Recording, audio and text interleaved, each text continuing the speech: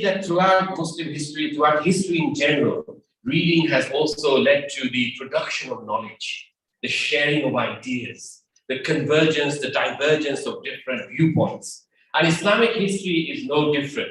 So we see a rich body of books, literature, ideas across all disciplines in Islam, not just religious sciences, as we deem it in the fields of ulum al-Quran or tafsir or hadith or fiqh, usul al-fiqh, and likewise, but also in any knowledge that is beneficial in the fields of astronomy, of botany, of geology, of chemistry, of physics. We see Muslim contribution to the production of knowledge and the sharing of ideas. Not only that, in Islamic literary history, we also find authors like Ibn Jubayr, a traveler, a geographer who went around documenting his travels. Ibn Battuta is more famous, of course, who went around and documented their works. We also find, these are like travel logs, common modern day travel logs. We also find literary writers in the, for example, al-Jahid, who was a profound author, profound writer, writing on topics like, the book of animals, the superiority of the circle over the square. These really fascinating subjects. You find the likes of Ibn al-Jawzi. He wrote a series of works called, one of them is called Kitabul aw Akhbarul Hamqa wal Mughaffalin, stories of stupidity and stupid people. Kitabul al-Kiyah, stories of intelligent people. And in these books, he would define what intelligence, stupidity is, and sort of narrate other stories, some fictitious, some perhaps real. You find al-Jahid, for example, penning a book called Kitab al-Bukhala, the book of misers, where he defines what miserliness is and the types of miserly people, etc. So you find this sort of genre of writing that I feel we're in need of reviving and reintroducing. You find, for example, Ikhwan al-Safa, a 10th or 11th century sort of Sufi esoteric sect whose identity wasn't known. They're known as the Brethren of Purity. One of the titles that they wrote some epistles. One of the epistles that they wrote was about the case of the animals versus man in the court of the king of jinns, where it's a fictitious story about a shipwreck and 70 human beings landing in an island, and there are animals there, and these human beings try to subjugate these animals, right? Make them their slaves, make them their subordinate. So they say, we're going to take this case to the Muslim governor of the island, it's not fictitious, who happens to be a king, right? King of the jinns. And they make their case, in front of the king of the jinns. And you see, I can continue with fascinating insights and works that we find in Muslim history and Muslim literature. Claritas is here to discover, explore, reintroduce, freshly introduce new ideas, new people, new topics. As a Muslim community, whether we're living in South Africa or where I'm from, the UK, or in Muslim majority countries like Egypt or Turkey, many of our challenges driven by globalization, driven by digitization, driven by social media are the same. Whether it's our cultural challenge, our intellectual deficit, our spiritual bankruptcy, identity crisis as to who are we, where are we heading, right? And especially when there's communal tensions. Many of you may have heard in my own country, something that we've never witnessed before is clashes between Hindus and Muslims in Leicester, right? So the role and responsibility of people of thought, of ideas, of educational institutions, think tanks, publishing houses, is to address those challenges, the challenges of their time, the challenges of our time. And this is why Claritas Books has put quite a very courageous, bold vision in tackling some of these topics. We have works on atheism, on sex, soul, and Islam, on tackling the issue of gender equality, environmental crisis, mental health, and well-being. And one such topic, which is the subject matter of the book that we're launching today, is the topic of Muslim minorities. Many a Muslim live in communities where they find themselves demographically as minorities. And the book that we're launching today, Living Where We Don't Make Rules, is essentially a collection or of a transcription of essays and contributions and interventions that we'll go on to hear of people of the scholarly fraternity, activists, humanitarians, politicians, who gathered together, I believe, in 2013 in Paris, in a symposium convened by the editor of the book, Ambassador Ibrahim Rasool, to discuss the challenges facing Muslim minorities, to gather and to share some of those experiences, and to fork out a strategy of thinking about our future. This book isn't just an academic piece of work looking at an anthropological perspective of how minorities govern or how minorities are demarginalized or are disenfranchised, but this is a book which brings in real life experiences that then collide with experiences of scholars. So the world's top scholars have contributed, or are considered contributors to this book. And in a summary, this book provides practical insights, suggestions, ideas. It's a guide, it's a manual. It's not meant to be an academic book to be taught or to be read. That can trigger ideas, that can trigger conversations like this on the role of Muslims in this world, and specifically those Muslims who live as minorities, whether that be Bulgaria or Singapore or UK or even South Africa.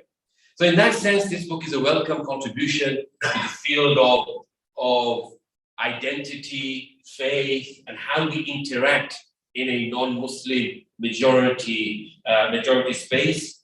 The work, I had the honor and the pleasure of working with Ambassador Ibrahim Rasool for a number of years. This book was in the pipeline for some time, but as you know, with books, it's easy to give birth to a child, but it's a lot more challenging to give birth to a book. Once you pass that hurdle, then the journey and the growth begins. It's been an immense pleasure working with him on this. I believe he's well qualified to comment, write, and actually the whole brainchild of the symposium was through his organization, World for All Foundation, that convened this symposium back in 2013 in Paris, where he was able to convene and gather Muslim intellectuals, scholars, activists, humanitarians, politicians, which isn't easy to do. The power of convening isn't something easy. You might just think, oh, here's a conference. That's so nice. But I can tell you, without even knowing the details, the amount of probably sleepless nights, the anxieties, the worries, and especially of holding such a symposium in a city like Paris, in France. The irony, the challenges, and what better place to actually convene this symposium in a way that also projects dynamism, projects any, or actually, rejects any sense of subordinates that we're afraid. We are here in the heart of Paris discussing issues that affect not just the future of Muslims in Europe or the West or worldwide generally, but the future of humanity. Because coexistence and this notion of convergence of civilizations is a human necessity. Allah subhanahu wa ta'ala in the Quran, when he speaks about this civilizational, religious, ideological diversity, he speaks about it in the context of lita'arafu, or getting to know one another. I hope you all enjoy today's book launch, that you all buy a copy, and more importantly, read, right? Don't just buy a copy, but also read, and that it triggers a conversation. I'd like to thank Dr. Ahmed Manjra and all the members of the Islamic Forum of Europe who helped put this together. May Allah bless you all. Jazakumullah khairan. Thank you. Shaykh al-Bana for that very inspiring discussion. And whenever I see Saturday has books and the new book out, I get so excited. It's like, for me, that's like a present. I get so happy. So book launches like this are something I really enjoy. And thank you personally for all the amazing books that I've published over the years. We don't want to waste any more time because we're racing against the clock for Maghrib Salah. So follow up on him and stay right to give his presentation.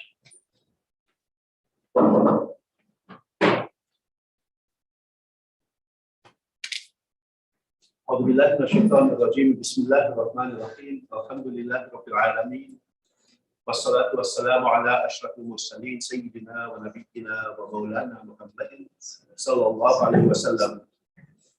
My respected Maulana, thank you very much for the introduction and for hosting us, Dr. Ahmad Mandra and the leaders of the Islamic Forum. Thank you very much for convening people here on a day that they could have so many better things to be doing, and we are grateful for your turnout. I am also very happy to see my friend and comrade Fawzi Apir, who has had many heartbreaking moments in the city of Durban, some exhilarating ones as well. And to all of you, thank you very much for coming. Assalamu alaikum wa rahmatullahi ta'ala wa barakatuh.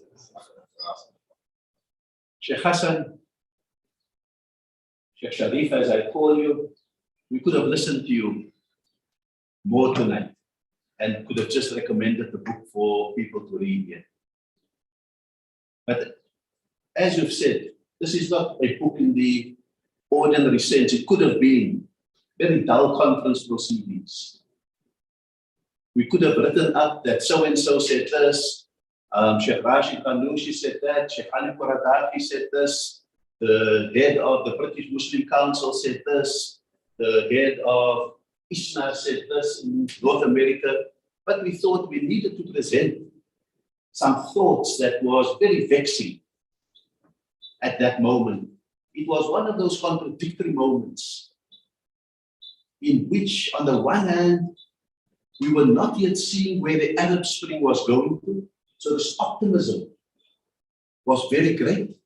But at the other hand, the success of the Arab Spring created enormous pressure on Muslim minorities because of this easy conflation that when Muslims want rights, when Muslims want freedom, when Muslims want participation, shura or democracy, and that if it is led by people that has the convenient label of Islamists, then you are setting up the next scene for extremists.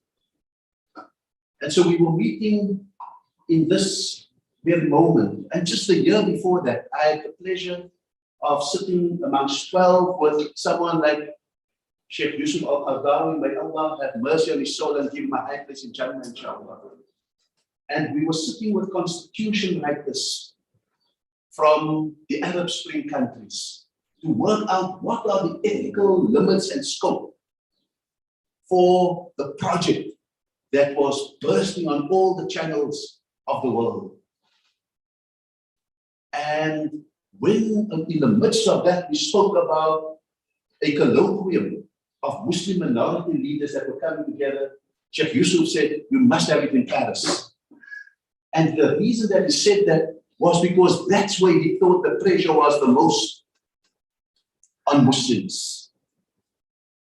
And we listened to him, and we did it in Paris. We did not want a big thing because Muslims love jamborees. And they don't always like outcomes. And so we set about constructing a tugboat rather than a tanker. What was going to be quality rather than quantity? And so that was the context. On the one hand, optimism for the Muslim heartlands. The other hand, greater danger for Muslim minorities, heightened Islamophobia as a result of that, and also in the midst of growing Arabization, when people who were different were not being embraced in the spirit of the ta'arafu, but were otherized because of suspicion and hostility to that which was different. And so we got 22 different Muslim minority countries together.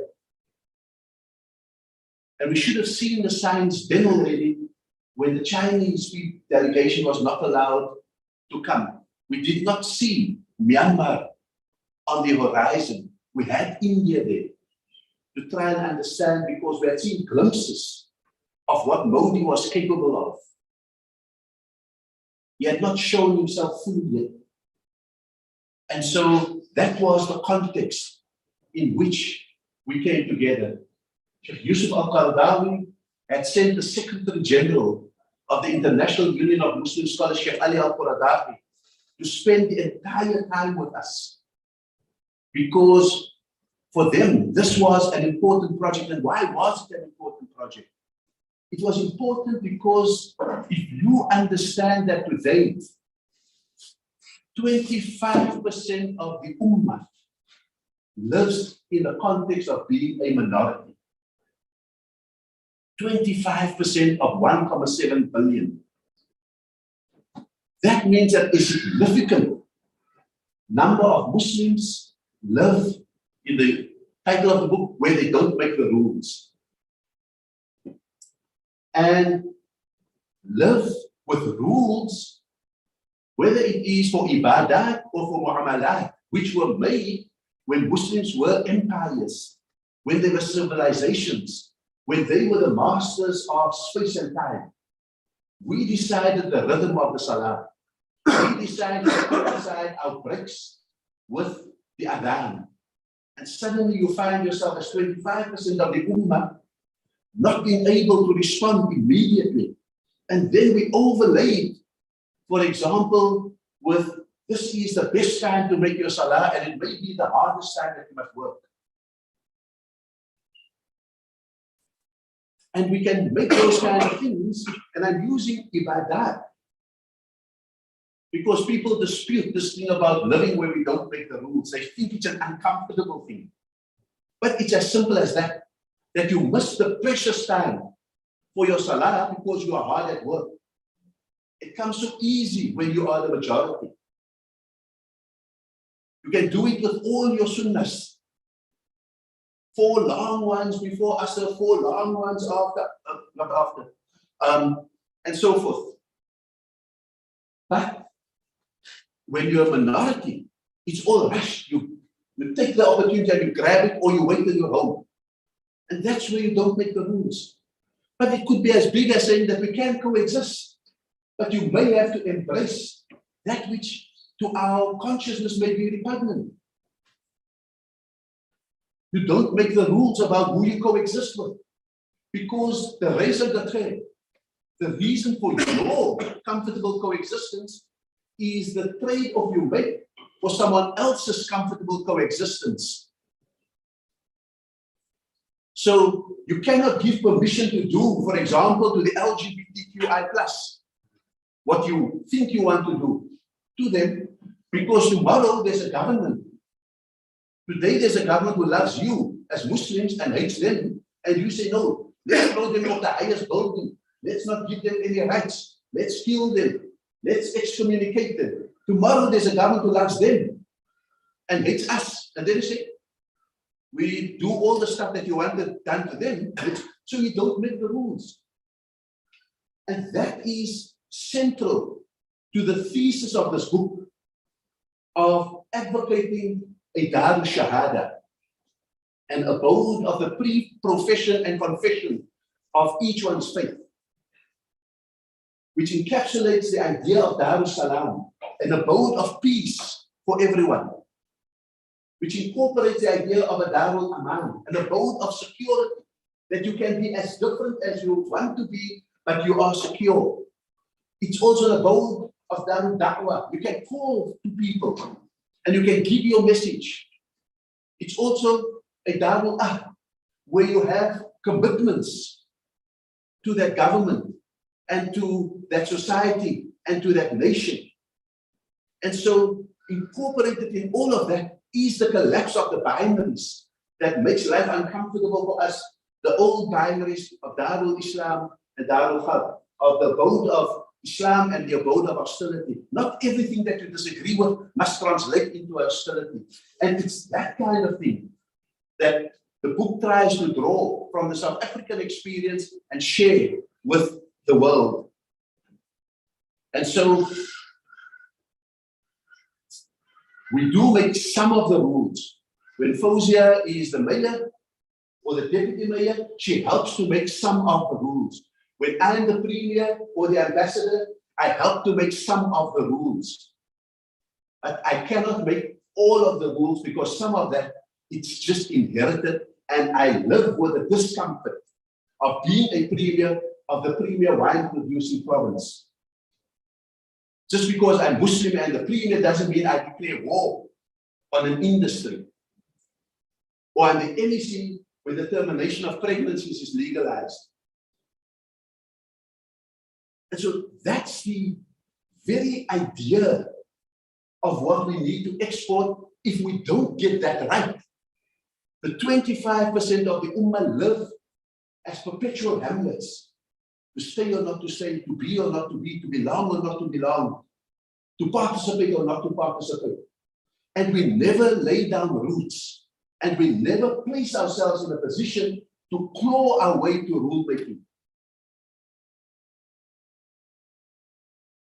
And sometimes to claw your way to rulemaking is that you're going to have to do trade-offs as you move forward. And so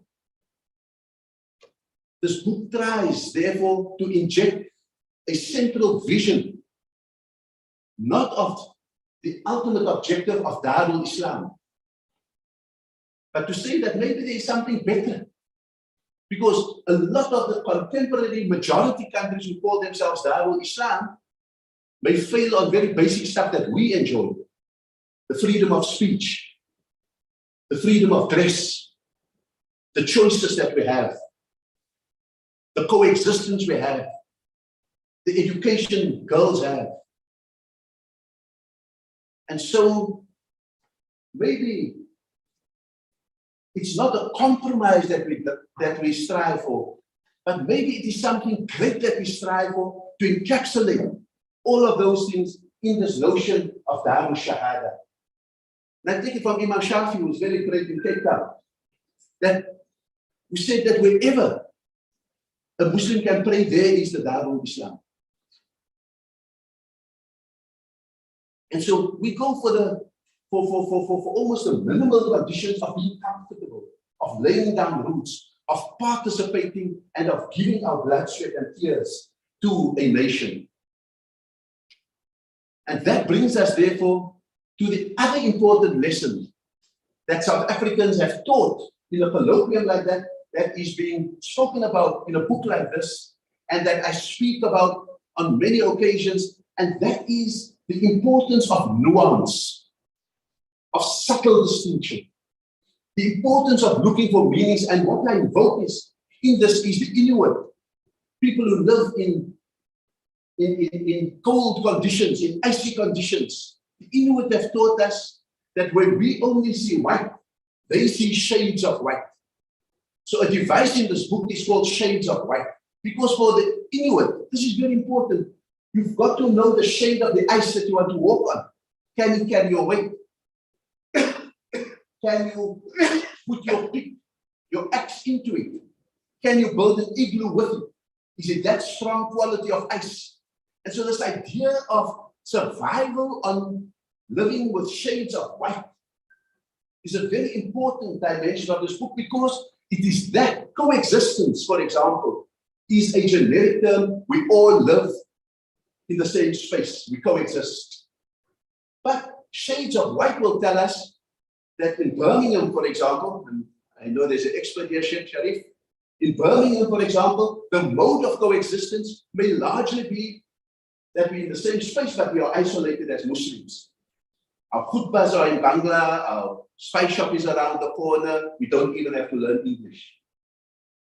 But the demand of the French on us is another shade of white, called to assimilate, to become the same. Leave your religion, leave your culture, leave your language at the border. If you come into France, you become French. You dress like us, you eat like us, you talk like us, and you pray like us. In South Africa, at the National Muslim Conference, we developed that very comfortable shade of white called integration, when Nelson Mandela said to the National Muslim Conference, his two main constitution writers, Dalla Umar and Albie Sachs. And for 3 days, they sat with us and we thrashed through shades of white. Integration. And we use these terms so loosely that it loses meaning. So integration for us is that we ask the state to recognize the integrity of Muslims to be Muslims, And in turn, Muslims will recognize the integrity of the South African nation to be united, free of conflict, free of discrimination, and progressively prosperous. And in that, we contribute to the realization of the nation's integrity, and the nation in turn contributes to our integrity to be who we are. And there may be uncomfortable bits about who else is in the equation, but it is that subtle nuance. And the same thing between multiculturalists and multicultural. The same thing with secularists, laicite, secular fundamentalism. And because anything that just sounds secular to us, we dismiss, because unlike the Inuit, we can't see shades of white. And those shades of white are so critical in navigating life as a minority and fashioning a model of citizenship that is not a grudging debt you pay to your society that feeds you, that educates you, that clothes you. No, it's a wholesome one, knowing the uncomfortable bits and deciding that's for later on the agenda. We're not going to declare Britain Darul Harb because of this, that, and the other. And we're not going to be grudging towards the nation. So that's the issue of shades of white that the book uses as a device to explain meaning. The other one is the South African contribution is to the issue of strategy and statecraft. There are very few Muslims. When we tried to gather, as an example, for the Taliban, for example, in the last year or year and a half, who are the leading Muslims who have actually participated in democracies, in order to teach them that democracy is a form based on shura as a principle. We could only count 5 leaders, and some of them not fully into it. Because our reality as Muslims is a reality of authoritarianism, of exclusion. In America, they're beginning to discover you can't have ulama from the Middle East come over to help children who are steeped in democracy and preparing to vote if they know nothing about democracy from where they come from, and see everything as a contradiction to the rule of Allah. As if when there's a democratic leader, Allah abdicates. And so statecraft and strategy is another very important contribution. People find their own Islamophobia that they face in the West more livable when they understand that probably the height of Islamophobia happened in Cape Town, South Africa for 350 years. When Muslims were enslaved, they didn't even own themselves. When the religion was banned, they were punished for it and were taking Shaykh Sharif to a conference venue above the dungeons in the castle, where Muslims who were caught practicing were jailed. To launch the book in Cape Town next week, inshallah. And the idea that the way South African Muslims navigated out of the deep Islamophobia we face was because we prioritized the pain of others as the precondition for relieving the pain on ourselves. We realized that the racism against blacks in South Africa was more important, more painful, on a scale more vast than the Islamophobia against Muslims in South Africa, and that if we tied our wagon to the anti-racist struggle, we would ipso facto increase the chances of removing Islamophobia from ours. Sometimes, and that's a mistake, for example, in much of Europe, they don't make common cause with other victims of bigotry. I asked the question, did you join Black Lives Matter in America? No, we weren't sure about it, etc., etc. But that was the strategic moment. It comes and it goes. The window opens and the window closes. And that's the kind of practical political wisdom that people want to learn from us. I end by saying that there's a few sections in the book that asks very fundamental questions about our fiqh, our jurisprudence. Because sometimes that's the hardest thing to manage. We can manage the politics, we can manage the strategy, we can manage the campaigns and all of those kind of things. And so there's this lovely, and I just take little extracts from it, when Shaykh al-Quradahi, for example, speaks about the practice of the Ahnaf, the Hanafi madhab, and how just 10 years later, the students, Abu Yusuf, for example, began to change certain of those things. And the explanation is, no, they didn't change the deen. They changed because they were in a different time and space. And for us, the competition is who can be the most authentic, the most as if we are in Medina. And so, Sheikh Rashid Al-Ghanouchi speaks about the Maqasid al-Sharia as the creative tool that can help us to navigate life as a minority. Maqasid al-Sharia, the objectives of the Sharia. Sometimes we get so hung up with the rules. And of course, there are the ahkam. There's no other way to make salah. There's no other way to make wudu. Sometimes you can cut down if there's a water shortage, you take down from washing thrice to washing once. Washing quickly rather than doing a whole shower. We can do that. But the basic rules remain the same. But on much of the others, the maqasid, the objectives of the Sharia can be guiding us, and we should not necessarily be slaves only to it. Bini Abdul, in that conference, raised a very important thing about what he calls the double allegiance, that for colonialists, your hijab is fine if it's on the periphery, where we colonize you, but don't bring it to the center, because then the problem comes in. So Britain had no problem with the hijab when they ruled India and Pakistan and all of that historical Indo-Pak. The moment, so the problem isn't our custom. The problem is bringing our custom into their heartland. And so it's different ways of thinking through all of the. Shaykh Siraj, may Allah have mercy on his soul, contributes and makes the distinction between the fiqh al-akbar, the values, the big fiqh, and the fiqh al-asghar, the rules.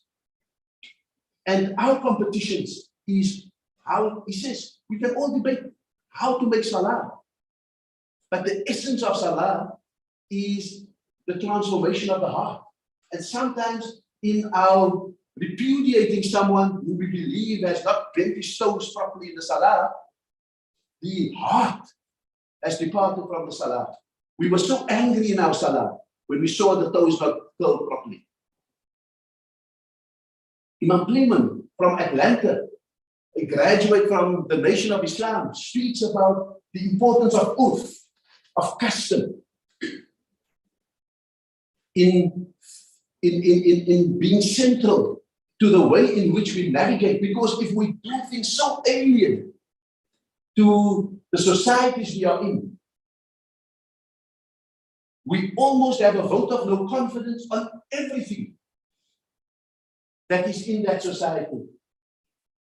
Whereas urf is a legitimate source of fiqh. If we can conform it to the maqasid al-Sharia, to the values and the intents. Shaykh Sharif was looking very traditional this morning, observing all his modesty with a thobe and everything. He is still observing all his modesty, but wearing a suit and a tie today.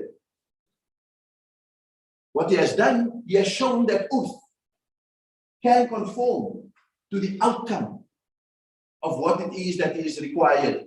And so I say to you that this is not, as Shaykh Sharif had said, an academic work, but it is a practical bit of wisdom based on the South African example to which everyone responded. When we did the country surveys at the end, there was unanimity from all the 22 countries that South Africa was the model that they wanted to be. Sheikh Yusuf al-Qaradawi said to me in that conference in Doha that having heard me, he believes that South Africa should be writing the fiqh of minorities, if not the fiqh of citizenship. Because, he says, ours will not be written with ink. Ours will be written with the blood, sweat, and tears of our ancestors. That's the responsibility on South African Muslims, to write that fiqh, because the world needs it. We are in trouble because now the big minorities, India, China, Myanmar, those big minorities are now the focus of an assault. And we need to write this. وَآخِرُ دَعْوَانَا أَنِ الْحَمْدُ لِلَّهِ رَبِّ الْعَالَمِينَ.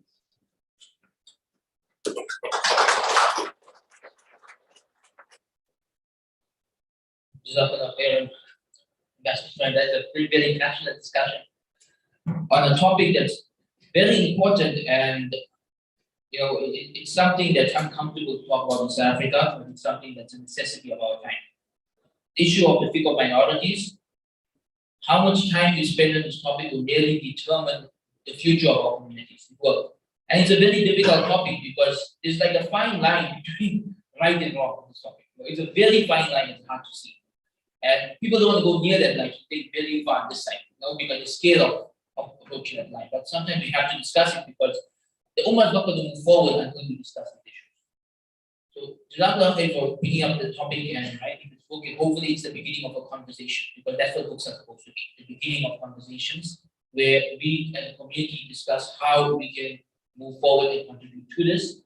Inshallah, in 10 minutes we will complete for Maghrib Salah. We have about 10 minutes before we pray, so we'll do a short Q&A, inshallah, if our speakers are here to take some questions.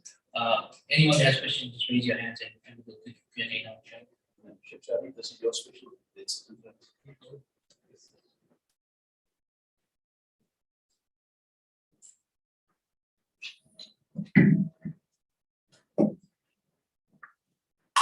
Okay, any questions?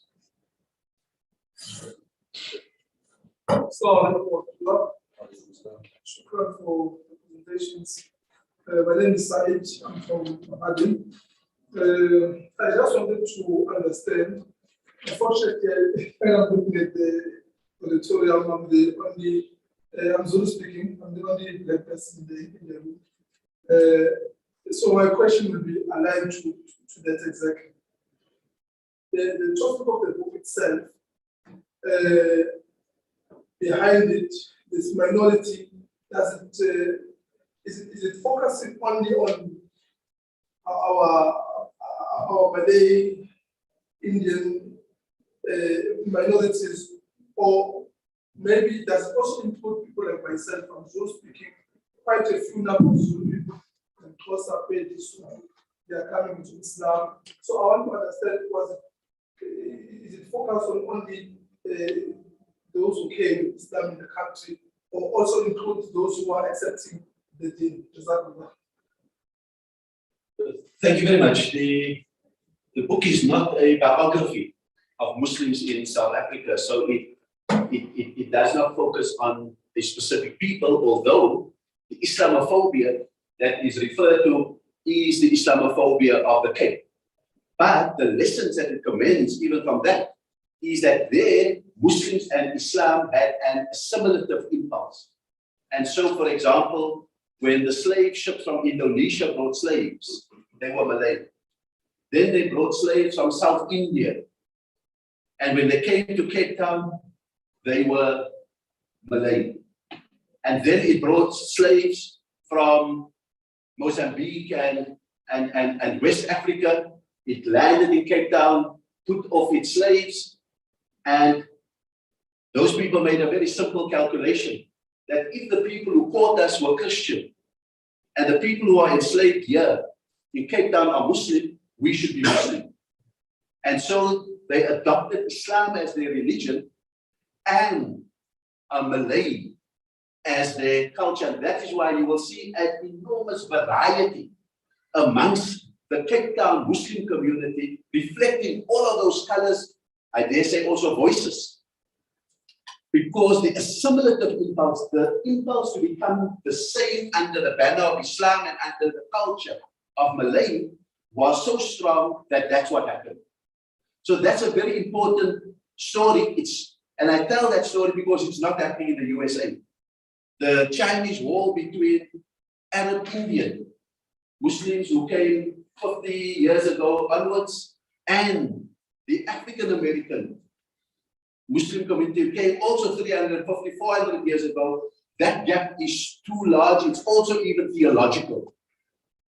And so I understand the point, but we are not describing the biography of a people, but we are extracting the lessons of the phenomenon of Islam and Muslims in South Africa and the insertion of that into the political struggles in the 1980s is a very important lesson, because there wasn't your ethnicity that took you into the struggle, it was your degree of courage that took you into that struggle and how strongly you carried your identity as a Muslim. That was very important. What message can you put in what direction or what can knowledge what happened in the UK, happened in Australia? They face the same challenges that within the norm, there could be a situation where you so in the conundrum, so what can you give them? The kids here, they face a lot of different challenges. So the mind is like bubble, ping pong, different. What can they extract from them? It's a very important question, actually. Thank you for asking. I think the book serves as a guide. It serves as something that provokes discussion, provides a degree of guidelines, I would say, and ideas around navigating these different complex and sensitivities. It's not a book, in my estimation, that's giving a blueprint of, look, this is what we need to do, these are the challenges we're facing. It's actually a step before that to say, look, what are we all facing? You mentioned the experience of UK Muslims, the American Muslims, South African Muslims.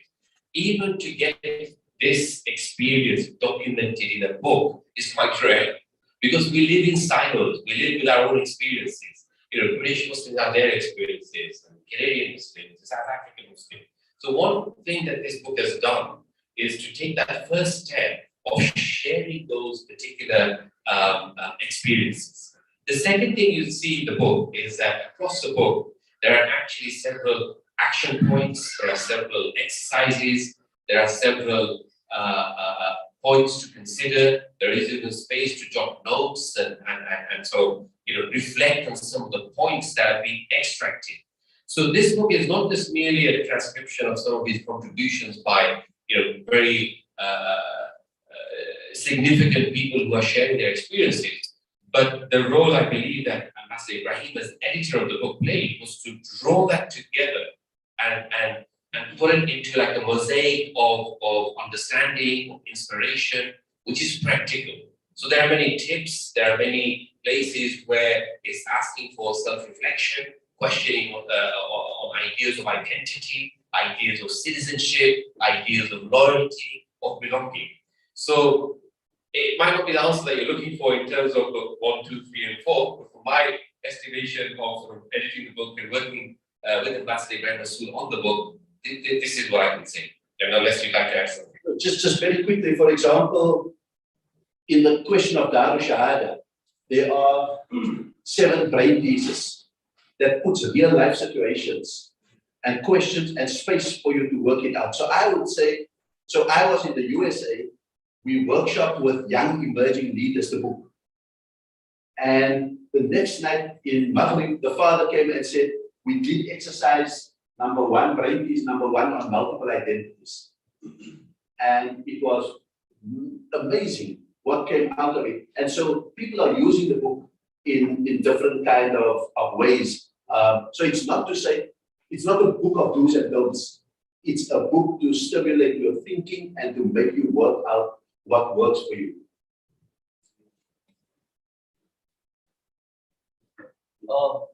So I came a bit late, so I missed the initial part of the program. So maybe there was context given there.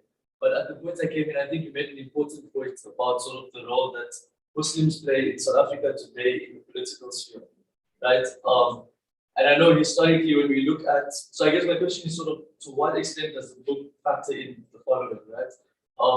I know I was involved in Islamic Forum recently, right? And we saw there were a number of Muslims who were active in the student movement. However, in the broader Muslim community, we found ourselves on the periphery of the margins, right? We found our own community were the ones that rejected us. Historically, looking back, we know the story of Imam Harun, right? And his experience with the PAC and how the community responded to that. Today, I see, unless it's something about Palestine, any Muslim activists that rise to the top and are involved in politics don't get that support, and you don't get that sort of that welcoming into the community, so you're almost excluded and they're isolated. So to what extent does the book sort of deal with that issue? Because the South African model is always, I think, similar in the way we look at the regulation of democracy, all these different topics, sort of romanticized. Also the Muslim struggle, perhaps it was different in the early days, but sort of in the anti-apartheid struggle. We saw, I mean, even the likes of Ahmed Katara and the way the community responds to that isn't as romantic as we'd like it to be. So just if you could speak a bit about that, please. Look, I think that that's a contribution that you are making. And I would want to really say the book does do a gentle warts and all. It's saying that not every Muslim was brave, but that a few who went to the front lines of struggle put the fig leaf on our community. That has been the historical case. And so, for example, I think if we are honest about that, then we can have an honest conversation about what we do with the next generation of activism that must happen. I think Palestine is very comfortable. It's a very real case. It's a heartbreak. And so let's not diminish that. But it is, in the scheme of things, a very easy thing, because you can always say in your mind, you are committed to that struggle over there because Nelson Mandela said X, Y, and Z. But you can ignore them, the kind of corruption in society, you can ignore the poverty in society, and then you can be very cavalier with the activists who still go over that. But maybe what the book does do, and this is what we did in Washington, we also used it as a masterclass on ethical and strategic leadership. And we had young people there in Washington, D.C., and we did ethical and strategic leadership from Muhammad to Mandela. Sallallahu Alaihi Wasallam. Not for Mandela, for Okay, just take time for one more question. One more. No, thanks for that point that we're doing well as a Muslim minority country amongst all the other countries. What are we doing right in this country that the other countries are doing wrong?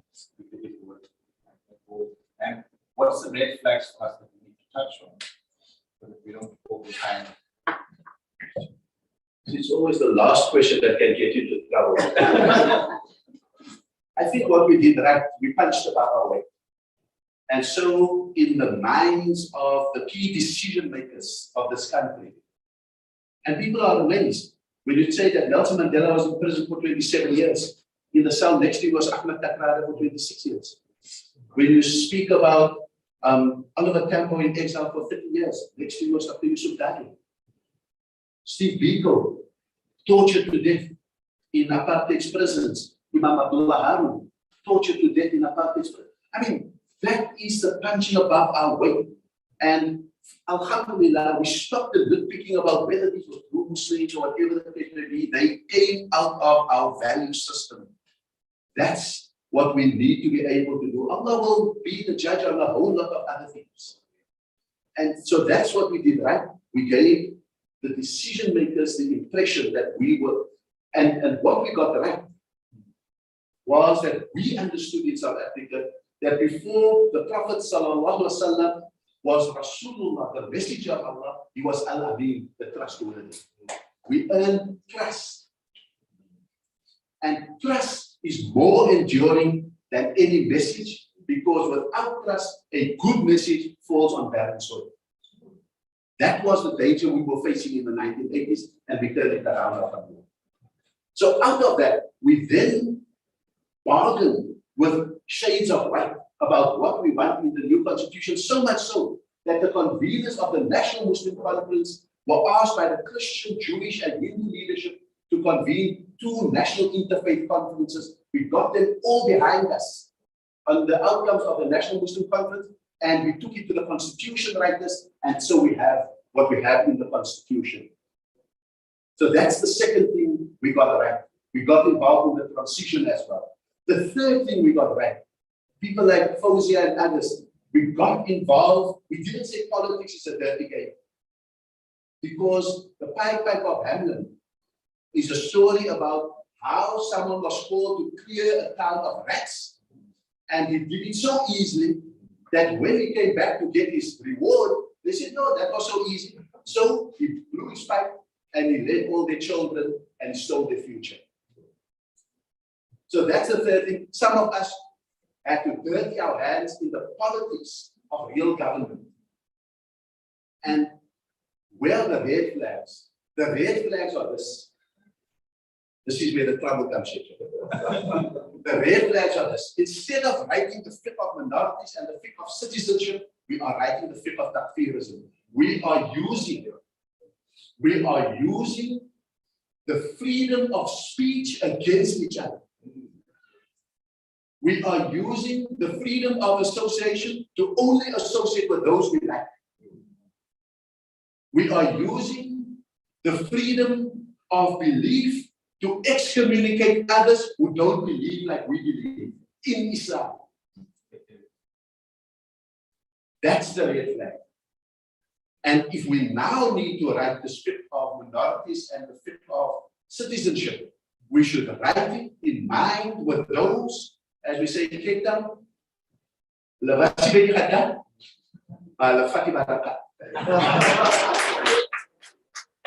those same people who were not at the Akar during the hard hours of recital and remembering Allah and doing the salawat, they were the first ones to walk away with the barakat, the cookies and the samosas. That's exactly it. And I had an argument with someone, and I didn't understand, who said, for example, that when he defends his deen against Shias and Bid'ah people, etc., he is speaking the truth. I said the hadith is, the greatest jihad is to speak the truth in the face of a tyrant. You are speaking the truth when we've defeated the tyrant.